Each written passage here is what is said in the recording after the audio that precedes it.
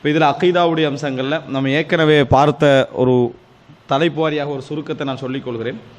நம்ம இந்த இந்த இந்த 3 மாத கால அல்லது 6 வார கால இந்த தர்பியாவுடைய இதில் அக்கீதாவுடைய தலைப்பாக எடுத்தது அல் வலா வல் பரா, அதாவது நேசம் பகைமை. இன்னும் சொல்லப்போனால் நேசம் பகைமை என்பதை விட சார்ந்திருத்தலும் அதாவது பிரிந்திருத்தலும் என்று சொல்லலாம். ஏன்னா நேசம் பகைமை என்றது ஹுப்பு புகுத் என்று சம்பந்தப்பட்டது. இறைவனுக்காக இஸ்லாத்துக்கான சார்பு கொள்கையும் இஸ்லாத்துக்கு எதிரான நிலைப்பாடுறவர்களோடு எதிர்த்து நிற்றலும் என்ற தலைப்பு தான் அல் வலா வல் பரா என்று சொல்வார்கள். இந்த அடிப்படையான தலைப்பு தான் நம்ம எடுத்தோம். இது அக்கீதாவுடைய ஒரு மிக பிரதானமான பகுதி என்பதையெல்லாம் நம்ம சொன்னோம். அல் வலா வல் பரா இந்த பகுதி நம்ம புரியாத நேரங்களில் சில பொழுதுகளில் நம்ம ஓரளவு நம்ம புரிந்து வைத்திருக்கிறோம். ஆனால் சரியான முழுமையான வடிவத்தில் நம்ம புரியாத நேரத்தில் நம்ம குஃபுரில் விழுவதற்கான வாய்ப்பு கூட அதில் இருக்கிறது என்கின்ற அடிப்படையில் இந்த ஹிஜ்ரத் என்பது அந்த அல் வலா வல் பராவோடு சம்பந்தப்பட்ட ஒரு விஷயம்தான்.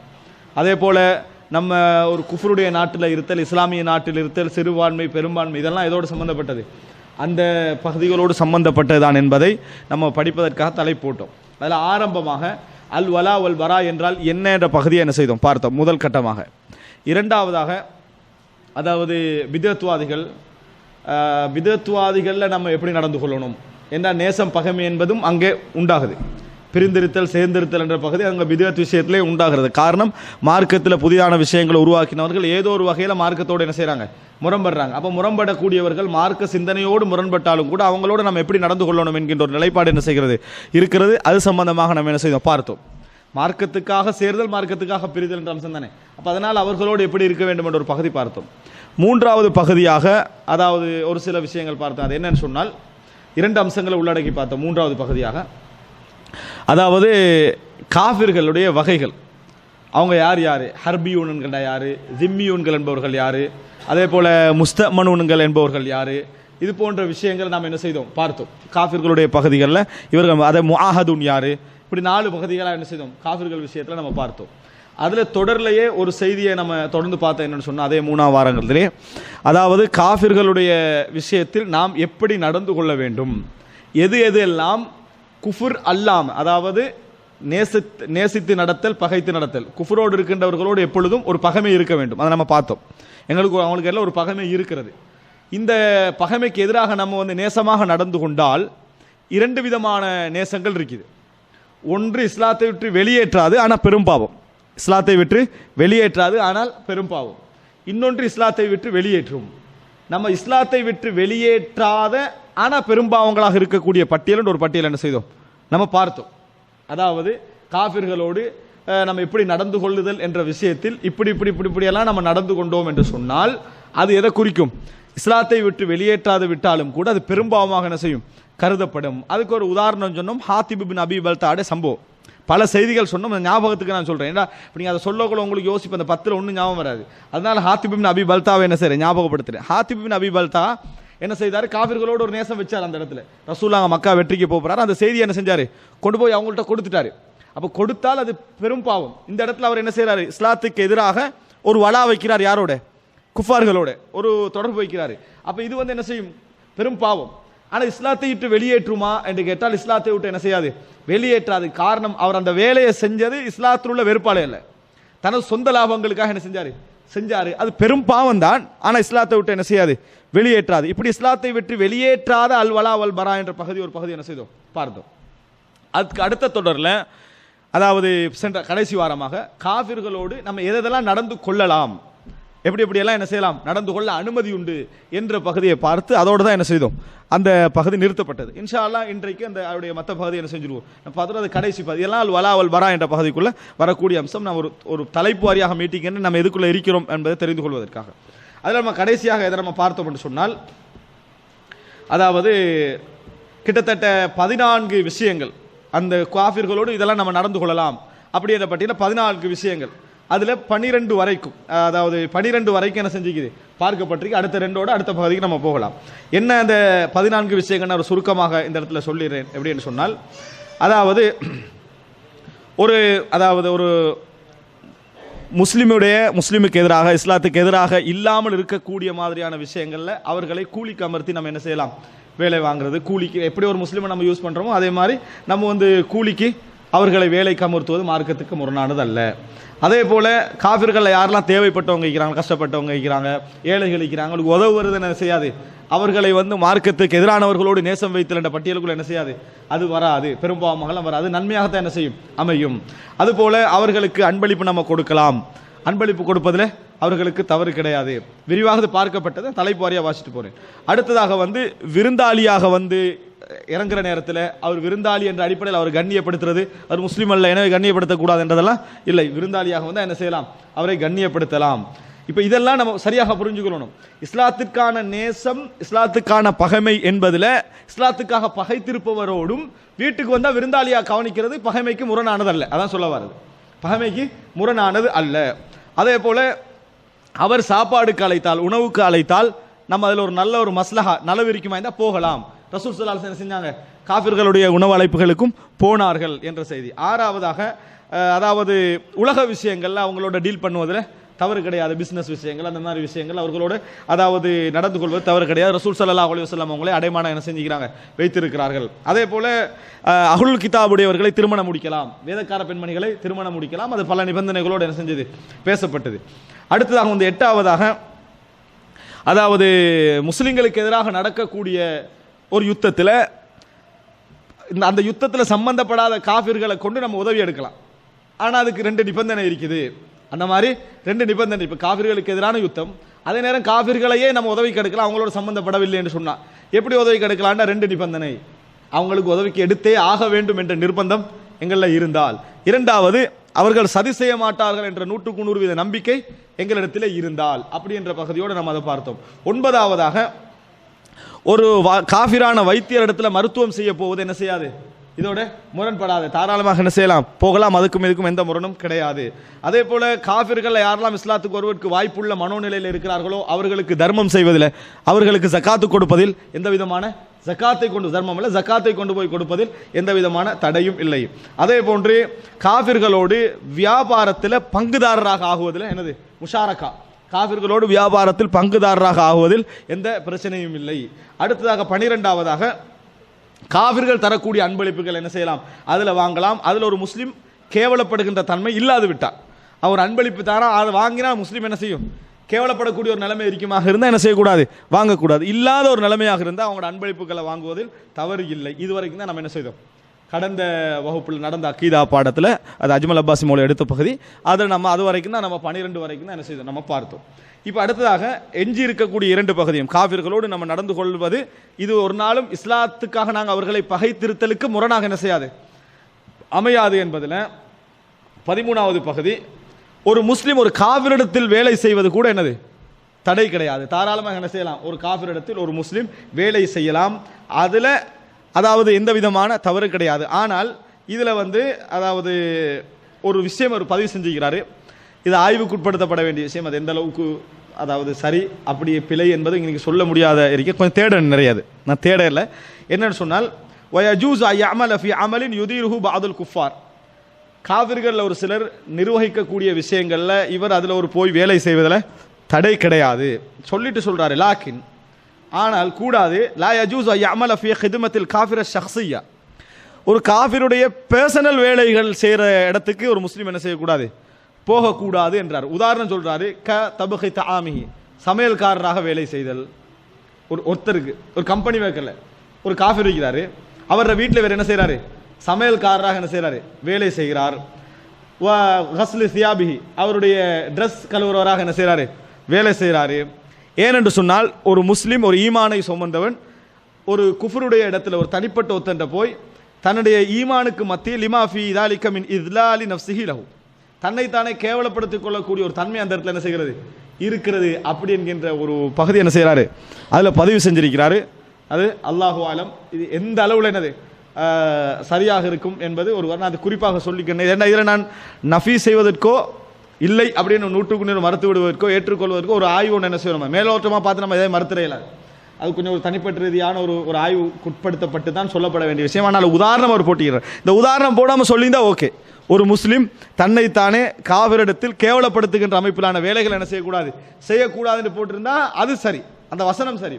அதுக்கு ஒரு சொன்ன உதாரணம் இருக்குது, அவர்கிட்ட சமையல்காரராக வேலை செய்தல், அவர்கிட்ட ட்ரெஸ் துவைக்கிறவராக வேலை செய்தல், இதெல்லாம் அதில் வரும். அப்படி என்று சொல்கிற அந்த பகுதி இருக்குதே, அது கொஞ்சம் என்னது ஆய்வுக்கு உட்படுத்தப்பட வேண்டிய உதாரணங்கள். சப்ஜெக்ட் சரி, சப்ஜெக்ட்ன்றது என்னது அதில் சரியாக இருக்கிறது நம்ம பார்க்குறோம். அடுத்ததாக 14வதாக, அதாவது காவிர்களை வாழ்த்துதல், மார்க்கத்தோடு சம்பந்தப்படாத விஷயத்தில் வாழ்த்துவது தவறு கிடையாது. தஜூசு தஹ்னிஅத்துஹும் பி முனாபஸபாத்திஹிம் துன்யவியா கஹுசூல் ரிபஹ் அவ் விலாதத்தி வலத். அதாவது ஒரு குழந்தை கிடைக்குது, நம்ம பேச கிடைக்குது, அப்போ உங்களுக்கு குழந்தை கிடைச்சதுக்காக என்ன செய்கிறோம், நம்ம மப்ரூக்குன்னு சொல்லுவோம். மப்ரூக்குன்னு சொல்லக்கூடாது, முபாரக்குன்னு சொல்கிறேன்டா சொல்லணும். அது முபாரக் அவனுக்கு சொல்லவும் இல்லாது.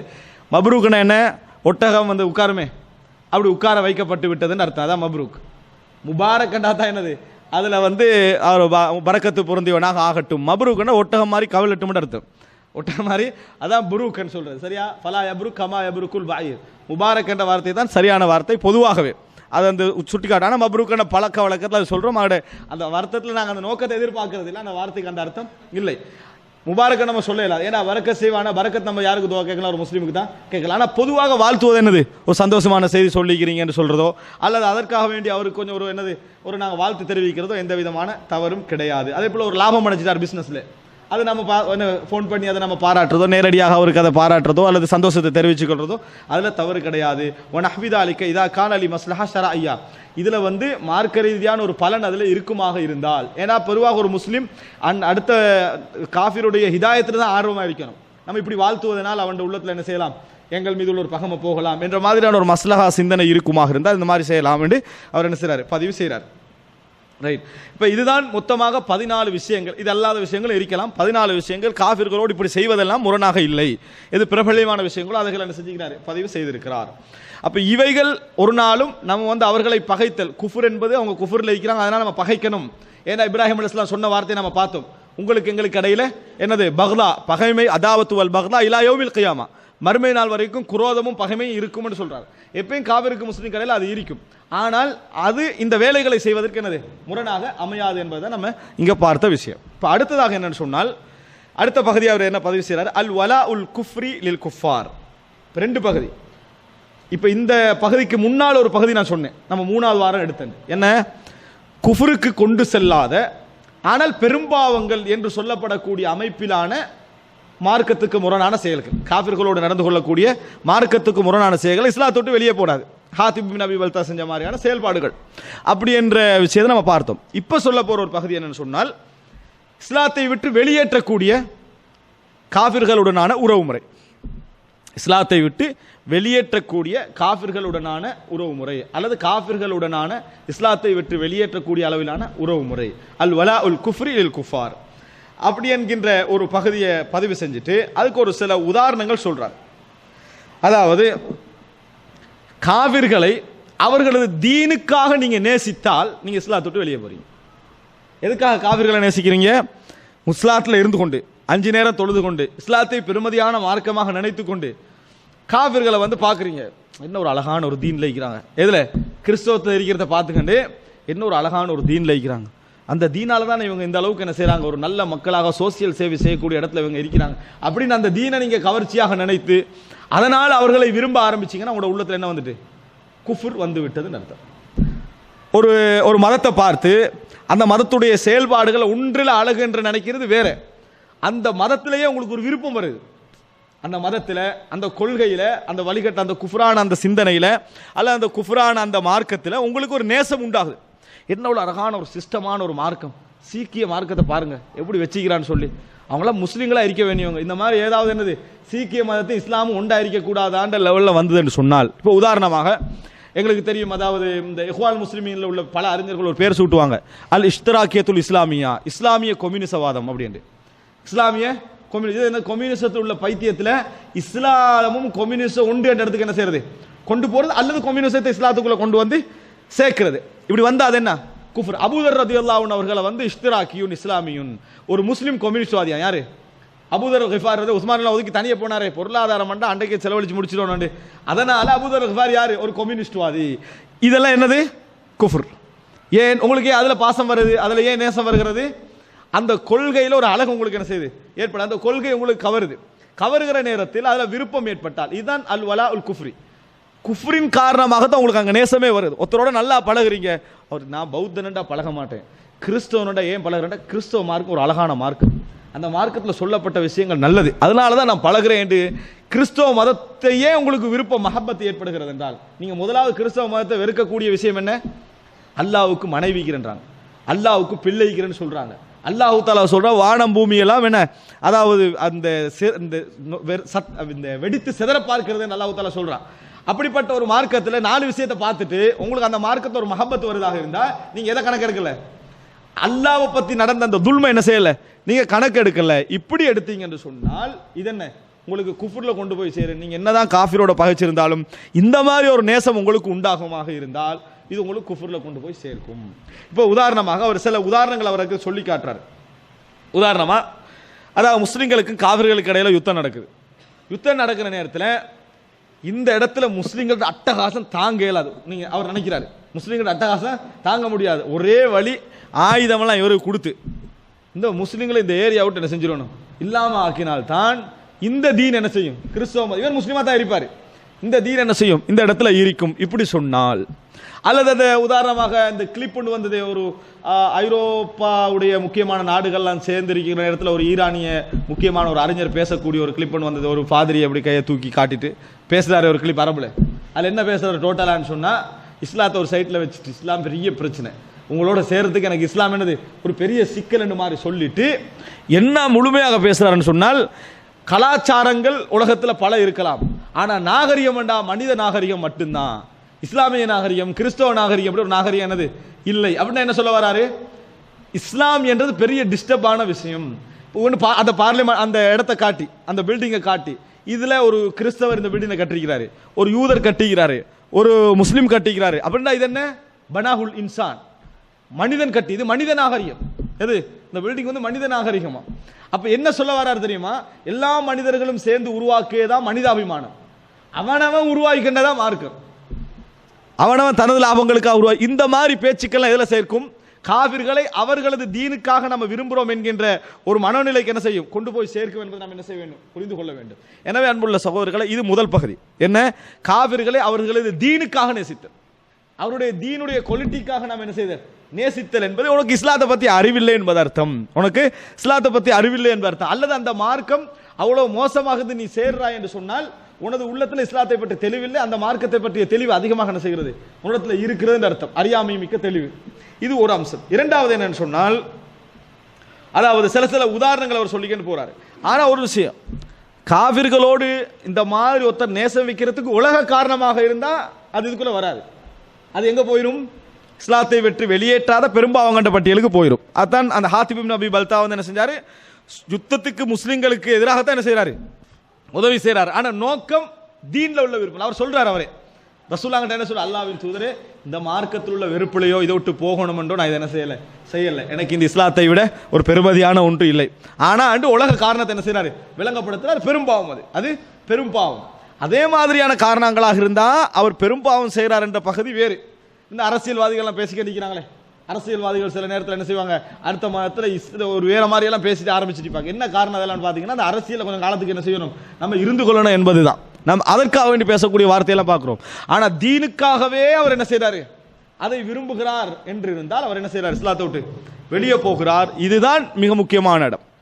அடுத்தது பாருங்க, அதாவது ஒரு சில உதாரணங்களை என்ன செய்யறாரு இதுல முக்கியமா நீங்க புரிஞ்சுக்கணும். ஹாத்திப் இப்னு அபி பல்தாவுடைய செய்தி இந்த பாபுக்கு அச்சாணி காயிதா, ஒரு பெரிய ஒரு அடிப்படையான செய்தி. அதிலிருந்து பல விஷயங்கள் என்ன செய்யலாம் எடுக்கலாம். நீங்க பல உதாரணங்கள் அதை தான் என்ன செய்யறாங்க கொண்டு வருவதை நீங்கள் பார்க்கலாம். அதே போல அதாவது இரண்டாவது அம்சம், காவிர்களுடைய குஃப்ரில் உங்களுக்கு திருப்தி ஏற்படுதல்.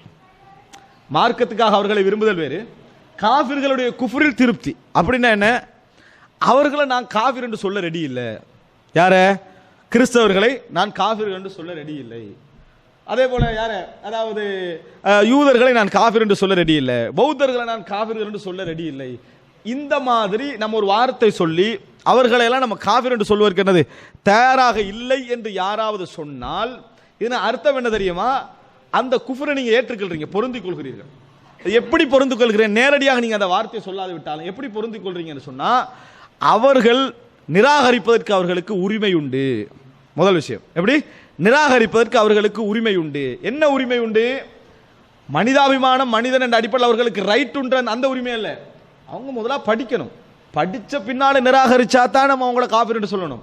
அவங்களுக்கு தெரியாது, அவங்க அதனால என்ன செய்யறாங்க, அதை ஏற்றுக்கண்டிக்கிறாங்க. இந்த நேரத்தில் நம்ம காஃபிர்னு சொல்ல அவங்களுக்கு ஒரு ரைட் இருக்குதா இல்லையா? இப்போ விளங்காத நேரத்தில் அப்படித்தான் என்ன செய்வார்கள், நிராகரிப்பார்கள். இந்த மாதிரி அவருடைய குஃப்ர்களுக்கு சார்பாக நம்ம வாதித்தோம் என்று சொன்னால், ஏன்டா இன்றைக்கு உங்களுக்கு பார்க்கலாம், பொதுவாக இந்த நன் முஸ்லிம் தஅவாவுடைய அந்த நேரங்களில் இந்த வார்த்தை சொல்லப்படும், நம்ம எத்தி வைக்காது விட்டால் நாங்கள் குஃப்ரை அல்லாஹ் தஆலா நாளை மறுமையில் கேட்பான், நம்ம எத்தி வைக்காட்டி நாளை மறுமையில் கேட்பான். அப்படி கேட்பான்னா முதலாவது யார் அல்லாஹ் தஆலா கேட்கணும் தெரியுமா? ரசூல் ஸல்லல்லாஹு அலைஹி வஸல்லம் அவர்களை. ஏன் ரசூலாங்க யாருக்கு அனுப்பப்பட்டாங்க? முழு உலகத்துக்கு. முழு உலகத்துக்கு நபியாக ரசூல் ஸல்லல்லாஹு அனுப்பப்பட்டாங்க. போனாங்களா முழு உலகத்துக்கும்? போகலை. ரசூல் ஸல்லல்லாஹு அலைஹி வஸல்லம் அவர்கள் அதாவது காஃபத்தன் முழு உலகத்துக்குமே ரசூல் ஸல்லல்லாஹு அனுப்பப்பட்டவங்க. ஆனால் முழு உலகத்துக்கு ரசூல் ஸல்லல்லாஹு அலைஹி வஸல்லம் என்ன செய்யலை, போகவில்லை. என்ன புரிஞ்சுக்கொள்ளும் என்று சொன்னால், ஒவ்வொருவராக போய் தேடி இஸ்லாத்தை சொல்ல வேண்டும் என்ற கடமை எங்களுக்கு என்னது, இஸ்லாம் எங்கேயும் சொல்லலை. அந்த மாதிரியான ஒரு வாஜிப் என்பது அல்லாஹ் தஆலா எங்கேயும் ஏற்படுத்தலை. ஒருவர் உங்கள்கிட்ட இஸ்லாத்தை கேட்டு வந்துட்டாரு, அதுக்கு பின்னால் நீங்கள் சொல்லாமல் தான் உங்களுக்கு பெரும் பாவம். அதுக்கு பின்னால் இஸ்லாத்தை கேட்டு படிக்க வராரு, நான் வேற வேலையில் இருக்கிறேன்னு சொல்லி அது சொல்லாமல் இருந்தீங்கன்னு சொன்னால் அது பெரும் பாவம். அது அல்லாமல் எங்கேயோ இந்த எங்களோட ஊரில் ஒரு சைட்டில் ஒருத்தர் இருக்கிறாரு, இந்த ஊரில் முஸ்லீம்கள் இருக்கிறது அவருக்கு தெரியுது, 5 நேரம் தொழுகிறது தெரியுது, முஸ்லீம்கள் மறுமையை நம்புறது தெரியுது, முஸ்லீம்கள் முஹம்மது ஸல்லல்லாஹு அலைஹி வஸல்லம் நம்புறது தெரியுது, மறுமையில் அவர் காஃபிர் தான். இவ்வளோ தெரிஞ்சா போதும். இவ்வளவு தெரிஞ்ச அவர் இஸ்லாத்துக்கு வரலன்னு சொன்னா அவர் காஃபிர் தான். மறுமை நாள் அல்லாஹ் என்னது, நீ அதெல்லாம் சரி வராது, உன்ட்ட யாராவது வந்து சொன்னானா அப்படின்னு தனி கேள்வி என்ன செய்யாது, இருக்காது. முஸ்லிம்கள் வாழ்றாங்க, முஸ்லிம்களுடைய நம்பிக்கை இது, முஸ்லிம்களுடைய கொள்கை இது, இவ்வளவு அவங்களுக்கு தெரிஞ்சுட்டா அவங்களுக்கு ஹுஜ்ஜா என்ன செய்யுது, போய் சேர்ந்தாச்சு, இஸ்லாம் போய் சேர்ந்து விட்டது. இது எப்படி நம்ம நினைச்சிக்கிறோம்டா, லா இலாஹ இல்லல்லாஹ் முஹம்மதுடைய தௌஹீது ருபூபியா உலூஹியா அஸ்மா வ சிஃபாத்துல அவனுக்கு போய் சேர்ந்து, ரசூல் ஸல்லல்லாஹு அலைஹி வஸல்லம் அவங்களோட எல்லா வரலாறும் போய் சேர்ந்து அதுக்கு பின்னால் நிராகரிச்சா தான் குஃப்ர் என்ற மாதிரி தான் நிறைய உரைகள் என்ன செய்யுது இருக்கு. அதல்ல, ஒரு ஹுஜ்ஜா போய் சேர்றதுன்றதுக்கு ரசூலுல்லாஹ்களே சொல்லி காட்டுறாங்க, யஸ்மஉ பி சும்ம லா யுமினு, என்னை பற்றி கேள்விப்பட்டு என்னை ஈமான் கொள்ளாமல் இருந்தார், அவ்வளவுதான். சரியான முறையில் கேள்விப்படுறாரு, என்னை ஈமான் கொள்ளல, அவர் என்ன செய்வார், அவருக்கு மறுமையில அவர் காஃபிர் தான், சந்தேகமே கிடையாது. எனவே ஒவ்வொருவருக்கும் தஃசீலன் எத்தி வைக்கணும் என்றது மார்க்க ரீதியான இந்த கடமை. நம்ம முயற்சி எடுக்கணும், வரவேற்கத்தக்க விஷயம். அதில் அல்லாஹ் தஆலா எங்களுக்கு கயிறு வைத்திருக்கிறான், நல்ல கூலி உண்டு, இஸ்லாமிய சமுதாயம் அதுக்கு பாடுபடணும், அதில் சந்தேகமே கிடையாது. ஆனால் ஒவ்வொரு முஸ்லீமையும் ஒரு காபிர் நரகத்துக்கு போகிறதுக்கு குற்றவாளியாக்குற வேலை இருக்குது. இந்த ஊரில் உள்ள காபிர் நரகத்துக்கு போகிறது யாருக்கு காரணமா? ஒரு முஸ்லீம் காரணம் என்று சொல்லக்கூடிய அமைப்பு இருக்குது. இப்படி ஒரு விஷயம் சஹாபாக்கள் சொல்லுவோம், இல்லை குர்ஆன்ல இல்லை, ஹதீஸ்ல என்னது இல்லை என்பதை புரிந்து கொள்ளணும். இந்த வாதத்தை வச்சுத்தான் என்ன முன்வைக்கிறாங்க தெரியுமா, காபிர்களை காபிர்கள் என்று சொல்லக்கூடாது. எப்ப காபிர் என்று சொல்லுமா தெரியுமா, ரசூல் ஸல்லல்லாஹு அலைஹி வஸல்லம் எப்படி 13 வருஷம் மக்கால பாடுபட்டு பிரச்சாரம் செஞ்சாங்களோ அந்த மாதிரி பிரச்சாரம் செஞ்ச பின்னால ஏத்துக்கலாட்டி தான் என்னதான் அவர்கள் காபிர்களாம். அப்படியா ரசூலுல்லாஹி ஸல்லல்லாஹு அலைஹி வஸல்லம் அவங்களோட பிரச்சாரத்தில் இருந்தது? அப்படி இல்லை. இப்படி வார்த்தை சொல்லி இதுதான் அந்த சர்வ மத கூட்டமைப்பெல்லாம் வச்சு நிற்கிறாங்களே அவங்களோட வாதங்கள், இதெல்லாம் மிக முக்கியமான வாதங்கள். சர்வ மத கூட்டமைப்பில் பேசிட்டு இருந்துட்டு இவன் அவன் முஸ்லீம் ஆகினானா இல்லையோ இவன் காஃபிர் ஆகிறது கன்ஃபார்ம் ஆங்க. ஏன், அவனுக்கு தான் எல்லா மதம் ஓகே, ஆனால் இவருக்கு இஸ்லாத்துக்குன்னு ஒரு கொள்கைக்கு ஒரு பாலிசி இருக்குது, அது என்ன செய்யாது, அங்கே நடக்காது. இந்த அடிப்படையில் எல்லா மதங்களும் ஒரே பல பாதையாம், எல்லாம் ஒரே இடத்துக்கு தான் போகுதா, எல்லாம் பல பாதைகள், அது ஒரு இடத்துக்கு போய் சேர்க்கிறது. இப்படி அவங்க ரோட்டை கற்பனை பண்ணிக்கிட்டு ஊரை கற்பனை பண்ணிக்கிட்டு வழங்கப்படுத்தி கொண்டிருப்பதை நம்ம பார்க்கிறோம். இது எல்லாம் காஃபிர்களுடைய குஃப்ரில் நம்ம திருப்தி அடைதல் அர்த்தம். காஃபிரை குல் யா அய்யுஹல் காஃபிரூன், ஏ காஃபிர்களே, ஏ இறை நிராகரிப்பார்களே சொல்வது எங்களது கடமை. காஃபிர் என்றவன் காஃபிர் தான், காஃபிர் என்றவன் காஃபிர் தான் என்கின்ற அந்த அம்சம் இருக்கணும். இஸ்லாத்தை பற்றி அவன் கேள்விப்பட்டிருக்கிற இடத்துல முஸ்லீம் சமுதாயத்தோட வாழக்கூடிய எந்த காஃபிர் இஸ்லாத்தை பற்றி கேள்விப்படாமல் என்னது இல்லை என்பதை புரிஞ்சுக்கணும். எனவே காஃபிர்களை காஃபிர்கள் என்று சொல்ல மாட்டோம் என்று சொல்வது ஒரு குஃபர், ஒரு குஃபர் என்பதை என்ன செய்ய வேண்டும், நம்ம புரிந்து கொள்ள வேண்டும். அன்புள்ள சகோதரர்களே, இப்போ அடுத்த பகுதியாக இது 2 பகுதிகளை மிக முக்கியமாக அவர் விளங்கப்படுத்துறாரு. இஸ்லாத்தை விட்டு வெளியேற்றுகின்ற இடத்திற்கு வரக்கூடிய குஃபர் என்பது இதுதான். இஸ்லாத்தை விட்டு வெளியேற்ற இடத்துக்கு வரக்கூடிய குஃபர் என்பது இதுதான். அதாவது வலா என்றது நேசம் என்பது இதுதான். இது வராமல் இருந்தால் அதெல்லாம் மற்றெல்லாம் என்ன செய்யும், பெரும்பாவத்தில் போய் என்ன செய்யும், சேரும் என்ற பகுதியை சொல்லி காட்டுவதை பார்க்கிறோம். அடுத்ததாக இதெல்லாம் இப்போ சொல்லப்படுகின்ற வலா வல் பராவுடைய பகுதிக்கு தெளிவுபடுத்துவதற்காக சொல்லப்படுகின்ற தலைப்புகள். அடுத்த ஒரு தலைப்பு என்னன்னு சொன்னால், அல் இகாமா ஃபி பிலாதில் குஃபார் லஹா அக்ஸாம், காஃபிர்கள் குஃபருடைய நாட்டில் வாழுதல், குஃபர் ஆளக்கூடிய குஃபர் அதாவது ஆண்டு கொண்டிருக்கக்கூடிய நாட்டில் முஸ்லீம்கள் வாழுதல் என்பதுடைய சட்டம் என்ன? ஏன் இந்த தலைப்பு போடப்படுது? அரபு நாட்டில் இந்த புத்தகம் எழுதினதுனாலயா? அப்படி இல்லை. அரபு நாட்டிலேருந்து சிந்திச்சுக்கிறான்னு நினச்சிடக்கூடாது. ரசூல் ஸல்லல்லாஹு அலைஹி வஸல்லம் அவருடைய நிறைய ஹதீஸ்கள், குர்ஆன் வசனங்கள் குஃபருடைய நாட்டில் வாழ்வதை பற்றியுள்ள எச்சரிக்கைகள் சம்பந்தமாக வருவதனால இந்த தலைப்பு எப்படி புரிஞ்சுக்கொள்ளணும் என்பதுக்கு போடப்படுகிறது. நீங்களே அந்த குர்ஆன் வசனங்களை ஒரு பின்னணி தெளிவில்லாமல் வாசிங்கன்னு சொன்னால் நாங்களாம் காவிர்கள் என்று சொல்கிற இடத்துக்கு வருவோம். இதை சொல்லித்தான் நிறைய இளைஞர்களை கவர்ந்து இயக்கத்துக்கு ஆலையை சேர்த்தது. இதை சொல்லித்தான் குஃபருடைய நாட்டில் எரிக்கக்கூடாதுன்னு ரசூலுல்லாஹ் சொல்கிறாங்க. ஒரு முஸ்லிக் எரிக்கக்கூடிய நெருப்பும் ஒரு முஸ்லீம் எரிக்கக்கூடிய நெருப்பும் ஒருத்தருக்கு ஒருத்தர் விளங்கக்கூடாது. அப்படின்னா என்ன? காபிர் வாழ்கிற இடத்துல முஸ்லீம் என்ன செய்யலாது? வாழ இயலாது. இப்போ இங்கே ஒரு முஸ்லீம் குடும்பம், முஸ்லீம் சமுதாயம் வாழுது, இங்கே ஒரு காபிர் சமுதாயம் வாழுது. இவங்களும் சாப்பாட்டுக்கு நெருப்பரிக்கிறா, அவங்களும் சாப்பாட்டுக்கு நெருப்பரிச்சா விளங்குமா இல்லையா?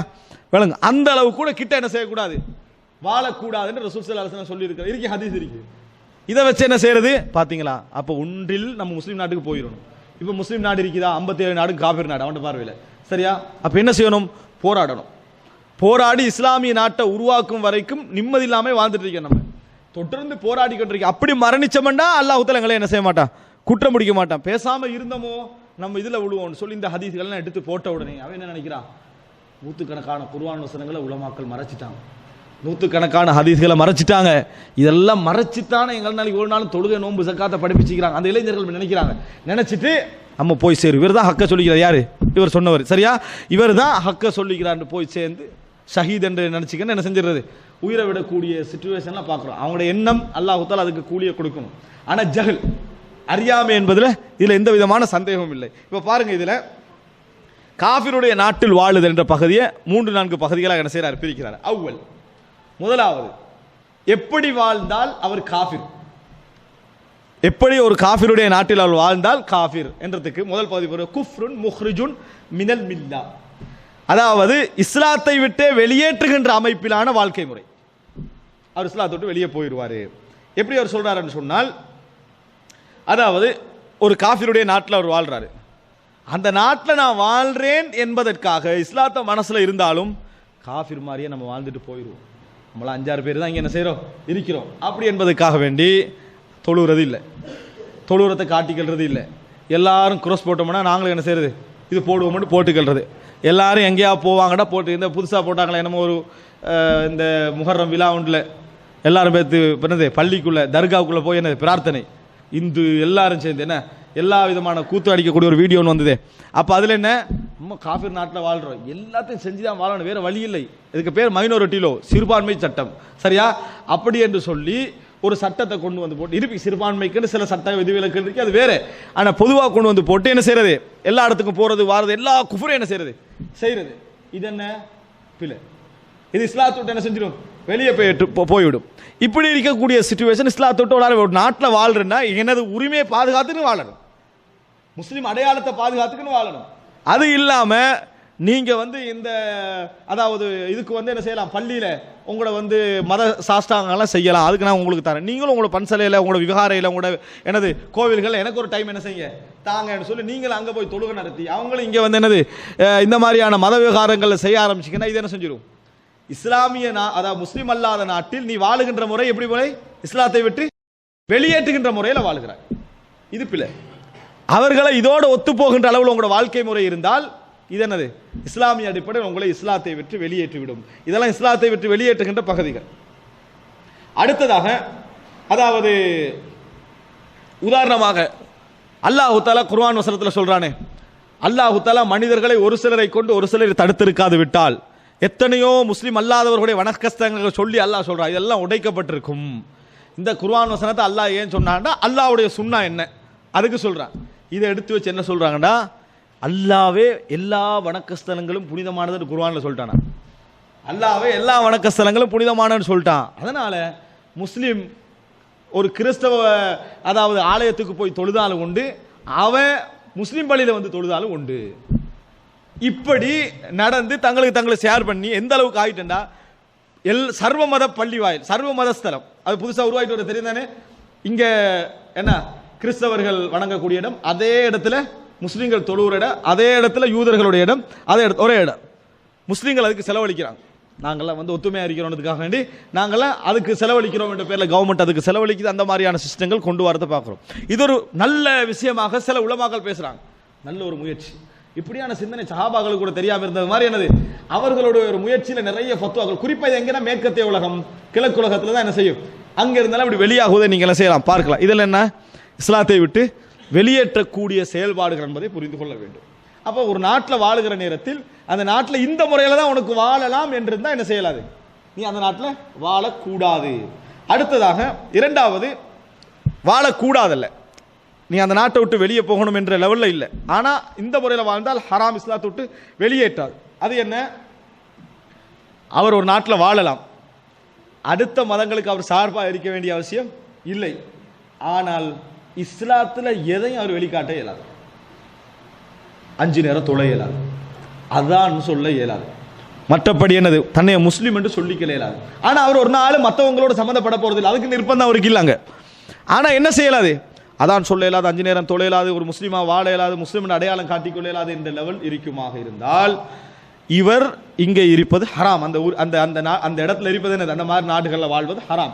ஆனால் அவர் இஸ்லாத்தை விட்டு வெளியேற்றுமா, இஸ்லாத்தை விட்டு வெளியேற்றாது. உதாரணமாக சூரத்துன் நிசா 97வது வசனம், இந்த வசனத்தை 13-14 வயதுகள் எல்லாம் இளைஞர்களுக்கு என்னண்டு இல்லாமல் ஓதி காட்டி விட்ட உடனே அவன் என்ன நினைப்பான், இந்த பாருங்க இந்த வசனம், இன்னல்லதீன தவஃபாஹுமுல் மலாயிகத்து ஸாலிமி அன்ஃபுஸிஹிம், தங்களுக்கு தாங்களே அநியாயம் இழைத்துக் கொண்டவர்களாக இருக்கிற நிலையில் அவர்களது உயிர்களை மலக்குமார்கள் கைப்பற்ற நேர்ந்தால், சிலருடைய அல்ல கைப்பற்ற முஸ்லிம்களை சொல்றான், காலு ஃபீம குன்தும், மலக்குமார்கள் கேட்பாங்க எந்த நிலையில் நீங்கள் இருந்தீர்கள், எப்படி இருந்தீங்க, காலு குன்னா முஸ்ததஅஃபீன ஃபில் அர்த், நாங்கள் வீக்கான ஆக்களாக இருந்துட்டோம், எதையுமே எங்களுக்கு சாதிக்க முடியாத லெவலில் நம்ம என்ன செஞ்சுட்டோம், உலகத்தில் வாழ்ந்துட்டோம். காலு அலம் தகுன் அர்துல்லாஹி வாசிஅத்தன் ஃபதுஹாஜிரு ஃபீஹா, அல்லாஹ்வுடைய பூமி விசாலமானது தானே, ஹிஜ்ரத் செஞ்சிருக்கலாம் தானே, உங்களுக்கு இங்கே இல்லைன்னா இன்னொரு இடத்துல போய் என்ன செய்யலாம், இஸ்லாத்தை வெளிப்படுத்தி வாழ்ந்திருக்கலாம் தானே, அப்படி என்று மலக்குமார்கள் கேட்பார்கள்.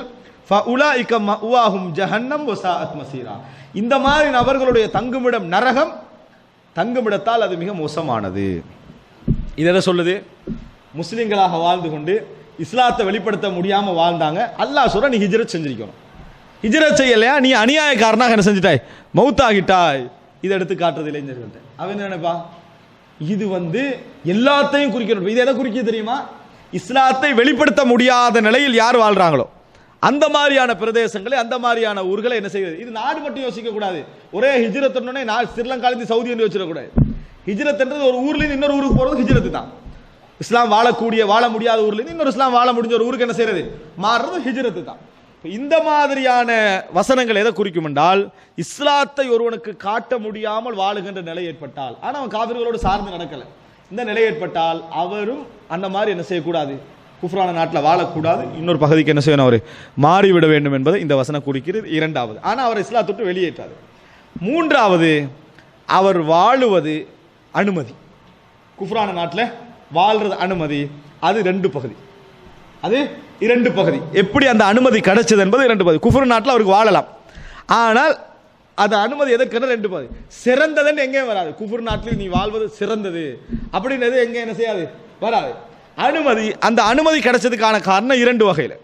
ஒன்று என்னன்னு சொன்னால், மை யஸ்ததீஉ இத்ஹார தீனிஹி வ இகாமத்தஹு, விளங்கிட்டா, அதாவது இஸ்லாத்தை நிலைநாட்டுவதையும் தீனை வெளிப்படுத்துவதும் அவருக்கு முடிந்திருந்தால் அந்த இடத்துல 5 நேரம் பகிரங்கமாக அதான் சொல்லி அவருக்கு தொழலாம், அவர் முஸ்லிம் சமுதாயத்துடைய கலாச்சாரத்தை பின்பற்றலாம், தாராளமாக இஸ்லாத்தை அவர் என்ன செய்யலாம், நடைமுறைப்படுத்தலாம். சுபஹானல்லாஹ், இன்றைக்கு பெரும்பாலும் உள்ள சிறுபான்மை நாடுகள் ஒரு பகுதிகளை தவிர்த்துட்டோம்டா, இப்போ இலங்கை இந்தியா போன்ற நாடுகள் எல்லாம் அந்த அளவுக்கான ஒரு நிலைப்பாடு என்னது இல்லை, அதான் நீ சொல்லக்கூடாது, நீ என்னது பள்ளி கட்டக்கூடாது, அல்லது என்ன ஒரு முஸ்லீமாவே நீ என்ன செய்யக்கூடாது, வாழக்கூடாது என்கின்ற நிலைமையில அந்த மாதிரியான ஒரு சில பகுதி, ஒரு சில விதிவிலக்கு, ஒரு சில காலகட்டம் என்ன செய்யலாம், வரலாமே தவிர முஸ்லிம்கள் தாராளமாக முஸ்லீம் என்ன செய்யலாம், இறங்கி இஸ்லாத்துக்காக போராட முடிஞ்ச அனுமதியை இன்றைக்கு என்ன செய்யுது, பெயர் இஸ்லாம் என்று அடையாளப்படுத்தி போராடலாமா இல்லையா, போராடுறதுக்கு அனுமதியை வழங்கப்பட்டிருக்குது. அந்த மாதிரியான நிலை இருக்கக்கூடிய நாடுகளை இது குறிக்கும். எது, 5 நேரம் அவரு பகிரங்கமாக தொழலாம், பள்ளிகளை கட்டலாம். இன்றைக்கு எந்த காலம் சொன்னால், பள்ளி அவனே திறந்து வைக்கிற காலம், சரியா, அவனுடைய அரசியலுக்காக அவனே திறந்து வச்சுட்டு அவனாகவே எல்லாம் செஞ்சு விட்டு போகக்கூடிய ஒரு காலகட்டம். இந்த மாதிரியான சிச்சுவேஷன் உள்ள நாடுகளாக இருந்தால் அவர்கள் தாராளமாக அங்கே வாழலாம். இது அபிசீனியாவுக்கு சமம். எங்க சமம், அபிசீனியா. அபிசீனியா என்ன செஞ்சாரு, ரசூல் அங்கே அனுப்பினாங்க, உன்ன மார்க்கத்தை நீ என்ன செய்யலாம், அங்க நடைமுறைப்படுத்தலாம்.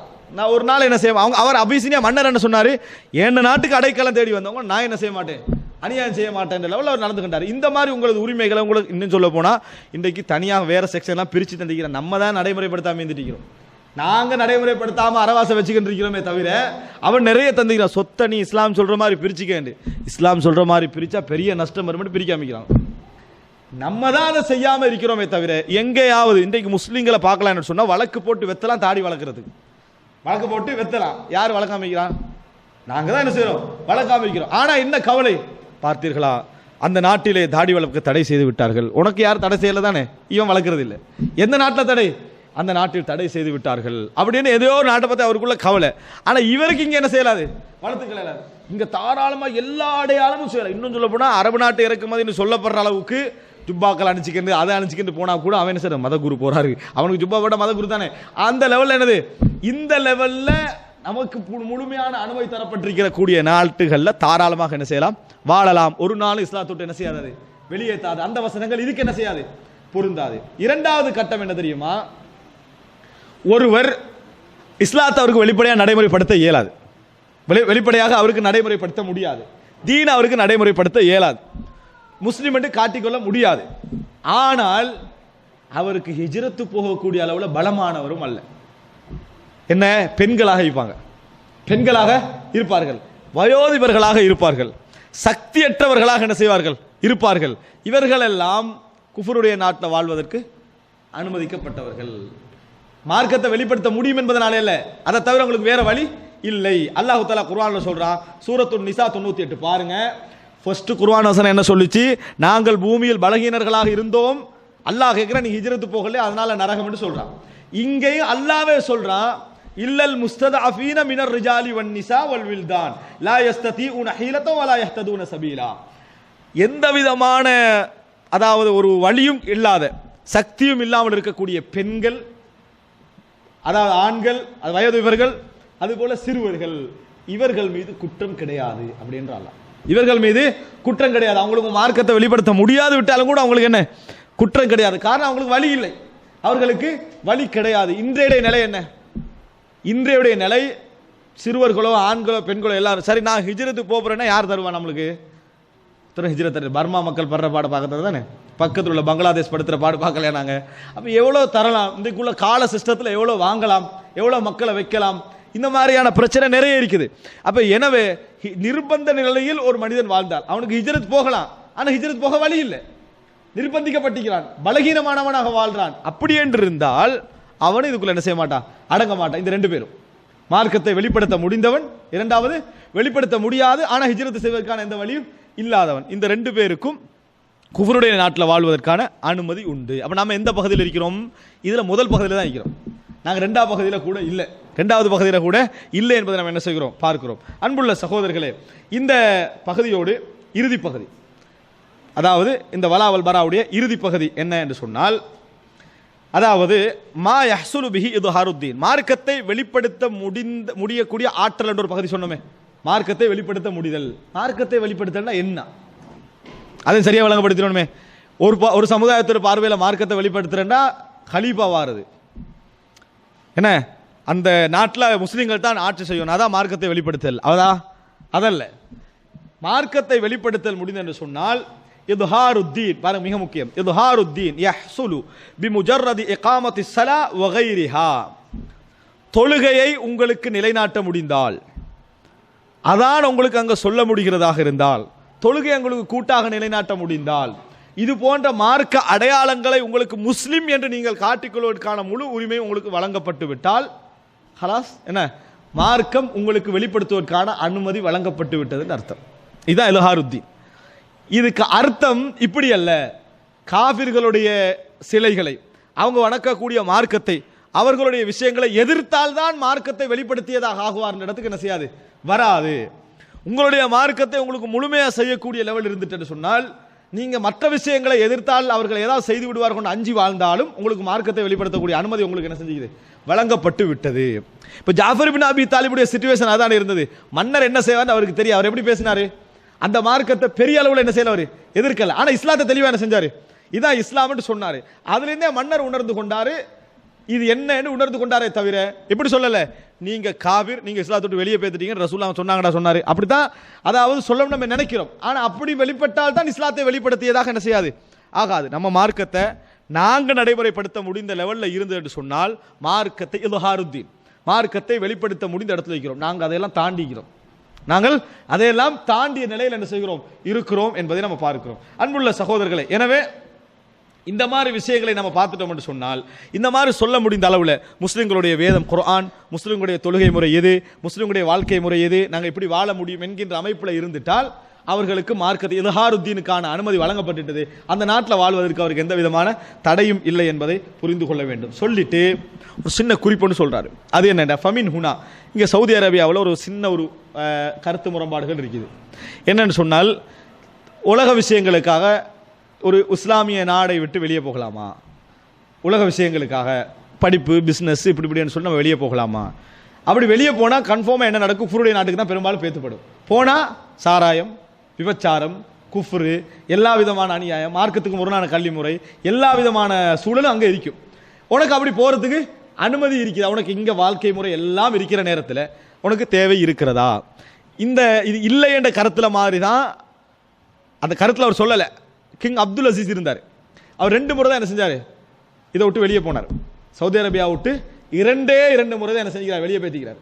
அவரை வாழ்நாள் ஃபுல்லாக என்ன செய்யலை, வெளியே போகவே இல்லை. 2 நாள் தான் 2 முறை வெளியே பேத்திக்கிறார். ஆனால் ஒரு மிகப்பெரிய ஆட்சியாளராக இருந்து கொண்டு இந்த மாதிரியான ஒரு கருத்து முரண்பாடு இருக்குது. ஏன்னா வெளியே போனால் என்ன நடக்கும், ஒரு இஸ்லாமிய நாட்டில் வாழ கிடைச்ச பின்னால் வெளியே போனால் நம்ம குஃப்ரு மற்ற விஷயங்களுக்கெல்லாம் நம்ம அதெல்லாம் பார்த்து அங்கீகரித்து சிரிச்சுட்டு போக வேண்டிய கட்டமெல்லாம் என்ன செய்யும் இருக்கும் என்பதனால. ஆனால் இவர் கடைசியில் எப்படி முடிக்கிறார்டா, ஃபமின் ஹுனா, இந்த இடத்துல நம்ம இப்போ சொன்ன விஷயத்தை இதெல்லாம் என்ன புரிந்து கொள்கிறோம் என்றால் யுஅலம் அன்ன சஃபர் அலி பிலாதில் குஃபார் ஜாயிஸ், காபிர்களுடைய பூமிகளுக்கு பிரயாணம் செய்வது அனுமதி என்பதைத்தான் நம்ம இதில் என்ன செய்கிறோம். இந்த குர்ஆன் வசனங்கள், இந்த செய்திகள் இதெல்லாம் உனக்கு மார்க்கத்தை வெளிப்படுத்துவதற்கான ஆற்றல் இருந்துட்டா முடிஞ்சிட்டா உனக்கு அந்த இடத்துக்கு போகிறது எந்த விதமான தடையும் இல்லை என்பதை இந்த செய்தியில் என்ன செய்கிறோம், நாங்கள் புரிந்து கொள்கிறோம். லி திஜாரா, அது வியாபாரமாக இருக்கலாம், அவு கைரிஹா, அது அல்லாத விஷயமாக இருக்கலாம். இஸ் லா தலீல யம்னா, தடுக்கக்கூடிய விஷயத்துக்கு எந்த விதமான ஆதாரம் இல்லை. யாரா தடுக்கிறாங்கடா அவங்களுக்கு எந்த ஆதாரமும் இல்லையா, இவர் மார்க்கத்தை இவருக்கு செய்ய முடியும்னா மற்றவன் குஃப்ர் செய்யறதை பற்றி இவர் என்ன செய்ய வேண்டிய அவசியம் இல்லை, கவலைப்பட வேண்டிய அவசியம் இல்லை என்று முன்வைக்கிறாரு. ஏனென்று சொன்னால் முன் சொன்ன எல்லா விஷயங்களையும் நம்ம பார்த்தோம்டா அவர் மார்க்கத்தை வெளிப்படுத்த முடிந்த ஆற்றல் இருந்து அவர் தாராளமாக என்ன செய்யலாம், போகலாம், அதில் எந்த பிரச்சனையும் இல்லை. ஆனால் நீ அப்படி வெளியே போவதனால தவறி போவாய், மார்க்கத்தில் வழிகட்டு போகக்கூடிய வாய்ப்பு இருக்கிறது, ஒழுக்க கேட்டுக்கு போக வாய்ப்பு இருக்கிறது என்ற ஒரு நிலை இருக்குமாக இருந்தால் நீ ஒரு தவறான பிரயாணம் செய்கிறாய். நீ வேற நோக்கத்துக்கு போகல, நல்ல நோக்கத்தான் போறாய். ஆனால் உன மனசு சொல்லுது நீ என்ன செய்வாய், நீ கெட்டு போவாய். நீ அதாவது மார்க்கத்துக்கு முரணான நிலைமை உனக்கு கிடைக்கும், அந்த நடைமுறை தான் உனக்கு வரும் என்று தெரிஞ்சுக்கணும். நீ போனா உன பிரயாணம் என்ன, ஒரு மார்க்கத்துக்கு முரணான பிரயாணம் அப்படி என்று சொல்லி என்ன செய்யறாரு, அவர் முடிக்கிறாரு. இது வரைக்கும் இப்போ நம்ம கடைசியாக சொன்னதுன்னா மிக முக்கியமான 3 பகுதிகள் என்ன செஞ்சுக்கிறோம், இதில் நம்ம பேசியிருக்கிறோம். மிக முக்கியமான 3 பகுதி. இப்போ கடைசியாக பேசியது இஸ்லாமிய நாட்டில் நம்ம என்ன செய்தல், அதாவது குஃப்ரான நாட்டில் வாழுதல் என்கின்ற பகுதி நம்ம பேசிக்கிறோம். அதே போல் இஸ்லாத்தை விட்டு வெளியேறிய குஃப்ர் என்றால் என்ன என்று பேசிக்கிறோம். அதே போல இல்ஹாருத்தீன், மார்க்கத்தை வெளிப்படுத்தல் என்றால் என்ன என்ற பகுதியை நம்ம பார்த்திருக்கிறோம். இந்த 3ஐயும் அடிப்படையாக வைத்து முஸ்லீம் அல்லாத நாடுகளுக்கு நம்ம போதல் என்பது எந்த விதமான தடையும் இல்லாத ஒரு விஷயம், நம்ம மார்க்கத்தை நடைமுறைப்படுத்த முடிந்திருந்தால் என்ற பகுதியோடு அல் வலா வல் பரா என்ற பகுதி என்ன செய்யும், இதோடு முடிகிறது. எப்பொழுதும் ஒரு பாட அம்சத்தை நம்ம முதல் முறையாக படிக்கிற நேரத்தில், முதல் முறையாக நம்ம படிக்கிறோம், நம்ம முதல் முறையாக தான் படிக்கிறோம்னு அர்த்தம் இல்லை, நம்ம பல காலமாக இங்கிக்கிறோம், நம்ம தனிப்பட்ட ரீதியாகவும் படிச்சிருப்போம், பல உரைகள் கேட்டிருப்போம், இது அங்கமாக வேறு தலைப்புகள் என்ன செய்திருப்போம், நம்ம கேட்டிருப்போம். ஆனால் முதல் முறையாக நம்ம இப்போ படிக்கிற நேரத்தில் அதனுடைய முழு வடிவம் எங்களுக்கு என்ன செய்யாது, விளங்காது. அது எல்லாருக்கும் அப்படி இருக்கும். 2வது முறை நம்ம அதை கேட்கணும், அல்லது 2வது வேறொரு முறையில் பேசக்கூடியவங்களை, வேறொரு அமைப்பில் இதை விளங்கப்படுத்தக்கூடியவங்க நம்ம கேட்குற நேரத்தில் அதனுடைய முழு அம்சமும் எங்களுக்கு என்ன செய்யும், தெளிவாகும். அல்லாஹ் ரப்புல் ஆலமீன் மார்க்கத்தை சிறந்த முறையில் புரிந்து அதை நடைமுறைப்படுத்தக்கூடிய மக்களாக எம் அனைவரையும் ஆக்கி அருள் புரிவானாக.